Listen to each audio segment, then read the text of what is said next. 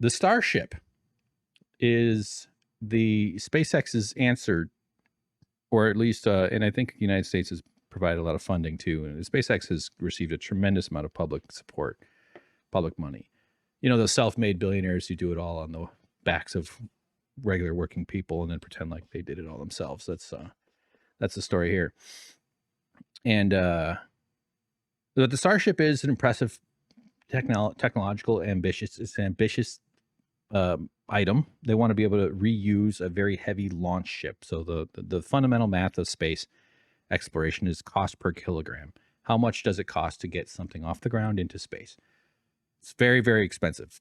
Tens of thousands of dollars per pound or per kilogram, you know, something like that. It's like, I don't know the numbers, but the more you can lower that, the more you're able to put stuff in space to litter the beautiful cosmos, to build stations, to get things to the moon, to, you know, it's just, the more the cost goes down, then you can start selling even more trips, then you can start having even more people heading up into space. There's problems with the amount of pollution that space travel produces, but sort of we just ignore that because pollution is a fun little trick we play on. It's a prank we're playing on the future. Just like, it's not nice for us now, but really we're not the people who really have to deal with it. We're just billing the future. It's debt to the future. All pollution is just debt to the future. It's involuntarily involving unborn people in your scheme by burdening them with a problem that they're going to have to deal with, that they will not benefit. They will not receive any of the benefits of that problem. Of you know, you can at least argue that you benefit from the water bottle that you just had because you had transportable water conveniently tucked away next to your iPad in your book bag. And then once you toss the bottle away, the person who's deal with that didn't get any benefit from it, other than that they had to pick up your fucking water bottle, or it breaks down into microparticles, and then their baby's born with a little bit of your water bottle in their brain. Man, well, it's a cute little baby with the water bottle eyeballs. Oh, you got the caps become baby eyeballs. Is that what you want? Is that what you want to feel? I don't think so. So what is Starship though here? I got maybe this Reddit thing will work. I don't need to be so cynical about it. So someone here is a 3-year-old thread from the SpaceX Lounge, and it's how do you concisely explain Starship, which I thought would be a better way than me trying to explain it. Someone wrote, it's an attempt to build the most capable spaceship in the world in the shortest possible term and by the lowest possible cost. Interesting because the company have already achieved a significant amount of goals that were considered unachievable by majority of people. Reusable launching was a big step in like a video game technology tree, you know, kind of thing. Okay, here's another one I thought was all right. Starship Super Heavy is a space shuttle designed and built with modern technology so that it actually fulfills the design goal of cheap access to space, unlike the Columbia-class shuttles, which failed miserably at this goal. This will launch a new chapter for humanity. Not enough chapters. We're getting tired of this chapter. We got to get to this next chapter where there's corpses in space. That's what we need. The reason why we don't have rotating orbital hotels, major stations in cislunar space, lunar bases, Mars bases, asteroid mining, and habitats in solar orbit, like people back in the 60s were imagining we'd have by now, is because cheap access to space never materialized. This meant that we couldn't afford to build the infrastructure and space necessary to bootstrap space industry. Now we'll finally be able to do that. Oh, thank God. Industry. We can put industry in space. We could do industry. We could take stuff and use it to build stuff to make money for people who don't need money. Wonderful. Honestly, though, like that's the tension of like what humans do as groups, is that in a world I would want to see what humans are able to do with space. So humans are able to achieve technologically with our immense amount of ingenuity and the superpower of collective knowledge that we build up on previous generations, all the way back to the first person who figured out that you can wink when you're kidding. That was a major day of innovation. And there was a foreign guy at a place I worked, and I tried to teach him that Americans wink with both eyes, but I don't think he took it. I don't think he bought it. Too bad. Wasted opportunity. But so I would want to travel space. I'm not against the whole notion. I'm against privatized ownership. I'm against colonial brain bullshit operating in space. the part where we still use ownership. Like one question I wonder is, has there ever been a gun in space? That's something I could probably just Google. But has there been a gun in space? Has someone launched a gun up into space? The only reason I can think why it would be a defensible act is that when they land, you might think that because you're sort of like a military operation. I know in the cosmonauts, this is my prediction is that there probably have been guns in space. I don't think they were necessarily up there so that they could start having gunfights on the Mir space station, which is no longer flying. I think they finally crashed it. But perhaps for when you land on Earth and you need to protect yourself if you land in an area with hostiles or something, but I can see that being the sort of thinking behind a kind of, let's plan for all contingencies, and your landing package, your ejection suit will also have a gun in the kit or something like that. Maybe. But will there be guns in space when China and United States and India and other countries start planting flags and putting up borders on the moon? Probably going to be some fucking kind of that. The things are so much more complicated in space, all the remote stuff. It's incredible what we're able to do. But so this person wants to do all these hotels and, lunar bases and all this other stuff. And so here, picking up. In space necessary to bootstrap space industry. Now we'll finally be able to do that. So you'll see rapid change. What would have cost billions will now cost millions. Projects that previously would have bankrupted the world with costs hundreds of trillions will now be accomplishable by a single nation or large company. Launching a single person was only really affordable by the richest of the rich. Now it will cost as much as first-class transatlantic flight. Space will be open. Oh, finally. Open for business. Bring your pollution, bring your weird little impulses, and let's go put money in space. Yeah, so here's another one real quick. It's the first real spaceship. It's huge, but to accomplish its goals, it can't be smaller. It's designed to be simpler and cheaper to build than disposable rockets a tenth its size. It has two stages, both land by themselves and can fly again after refueling. This again massively reduces costs. That's true. I mean, I'm not like the reusing the ship itself as well as like the launch vehicle. Those are big deals. It can launch massive amounts of cargo to low Earth orbit. To go further, one or more extra launches will refuel Starship in low Earth orbit. That's how it can send the same massive amount of cargo anywhere in the solar system. One or more extra launches will refuel Starship in low, so they'll be able to like bring it more fuel up in orbit. It's kind of cool.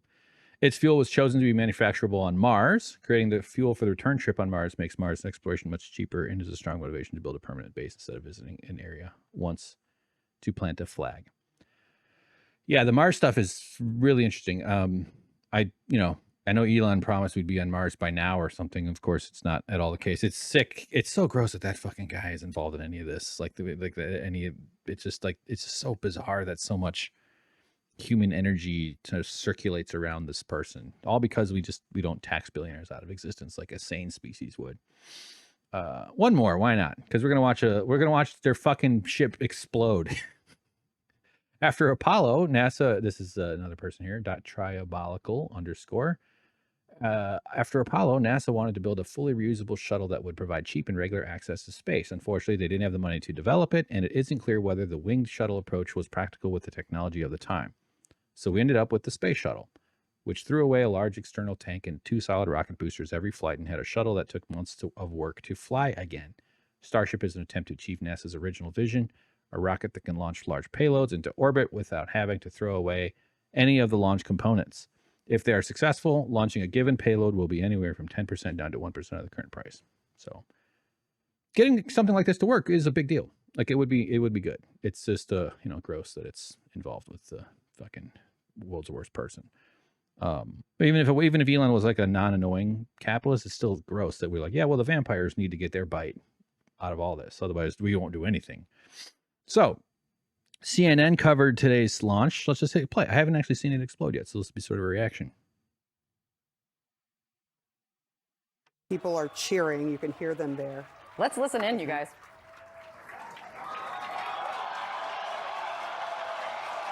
T-minus 15 seconds.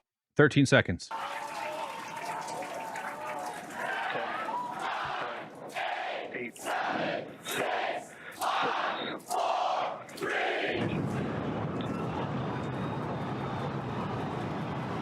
There it goes. A lot of clouds.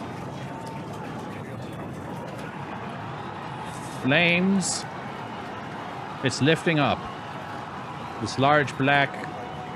If a squid had a baby with a penis, is what it looks like. It's up in the air. Little glitch in the video. Booster after chamber pressure is nominal. Okay. It looks like someone's trying to like launch an orca into space from this angle. Uh-oh, got a flash. 3 seconds into the test flight of the inaugural Starship vehicle. 40 seconds. Clear to land a pitch over. Propulsion reports first stage engines nominal. What a sight from the ground cameras at Starbase. We're flying at twice the thrust of the Saturn V heading to space. Twice the thrust.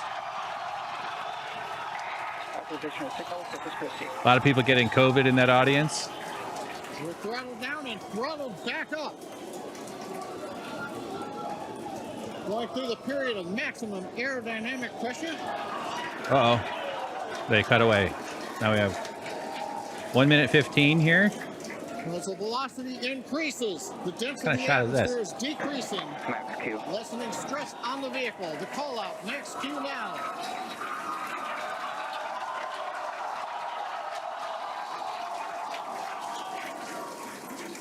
Continuing to watch the first stage. Something's happening. Downrange. Wizard smoke is blowing off. Particles. I don't know. 100 seconds into flight. 100 seconds into flight. Our next major activity is going to be shutdown of the first stage. Hold on. Houston tracking station now acquiring the vehicle. With shutdown, we will get separation. Okay, big flames here. Big spark. I don't know. I don't know when it blows up. When Starship separates, we light up 6 engines in a staggered sequence. And if all I goes think it's well, happening. those 6 engines will burn for almost 6.5 minutes. Onboard view from Starship. Uh-oh. And there's views of the Raptor engines on the second stage as we prepare for stage separation. Now, after stage separation, the first stage will flip and begin a boost back maneuver for landing in the Gulf. Okay, it seems to be really rotating down a little bit now. Less gas. I'm trying to be not. Continuing to I thought it fly, blew up like right 2 away. minutes, 40 Just taking a seconds. while. Let's get ready for main engine cutoff. I could go for one of those. Restriction cutoff. Beginning the flip for stage separation. Okay, it seems to be sort of rotating around a bit.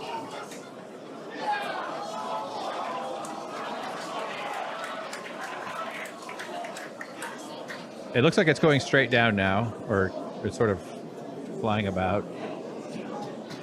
Following a flight plan set forward by a paper airplane. Yeah, it's just sort of spinning around up there now. It's kind of funny. Come on. As of right now, we are awaiting stage separation, It's thinking about it. where Starship up its should mind. separate from the Super Heavy booster. This is how I fly in Rocket League. I just get like, Yeah, Kate, right now it looks like we saw the start of the flip, but obviously we're seeing from the ground cameras the entire Starship stack continuing to rotate. We should have had separation by now. Obviously, this is does not appear to be a nominal situation. no. Yeah, it does appear to be spinning, but I not do want to nominal. remind everyone that everything after clearing the tower was icing on There the it goes. Ah. And we have pieces falling to the ground. As we promised, an exciting end to the Starship inaugural integrated test flight. It just put 18 years of carbon into the atmosphere. Now, it would be funny if the debris just landed right on the tower, right on the spot where it took off. But no, it actually lands in people's like homes. I saw a bunch of stuff about debris raining down onto the area in eastern, I think it's eastern southern Texas. COVID. Obviously, something just went a little bit wrong despite the cheering you're seeing right now. Let's bring in Miles O'Brien. We did see the launch of the Starship rocket. All was going Got some bros wearing cool hats. There's Elon sitting there with his dead face. well. Then it ended with an explosion there, Miles. Explain what happened. I think Tom, what's the guy? He's really famous. I can't think of his last name. The guy from fucking Saturday Night Fever. Tom. He's famous as shit. I don't know. He could play Elon Musk. That was the thought that I just had. One of the world's most famous people. There will be a lot of discussion about this. The one thing I did notice, John, as it went up, there was a shot where you could see the bottom of the rocket. As I told you earlier, there are 33 separate Raptor engines on this vehicle. Yeah, so I mean, a lot of stuff has to go right. It's fun to make fun of Elon Musk. It's fun to see that go, but for something this complicated with this sort of never really been done before, you would expect some failure. I don't think it's a surprise that these things are going to have failure. And just like doing stand-up comedy, when you do space launches, you fail in public. You have to kind of take your humiliating lumps with a lot of people looking at it going, oh, there he goes. He just lost. He just can't remember. He sucks. This guy's terrible. And then you throw a beer bottle at him. That's how it works.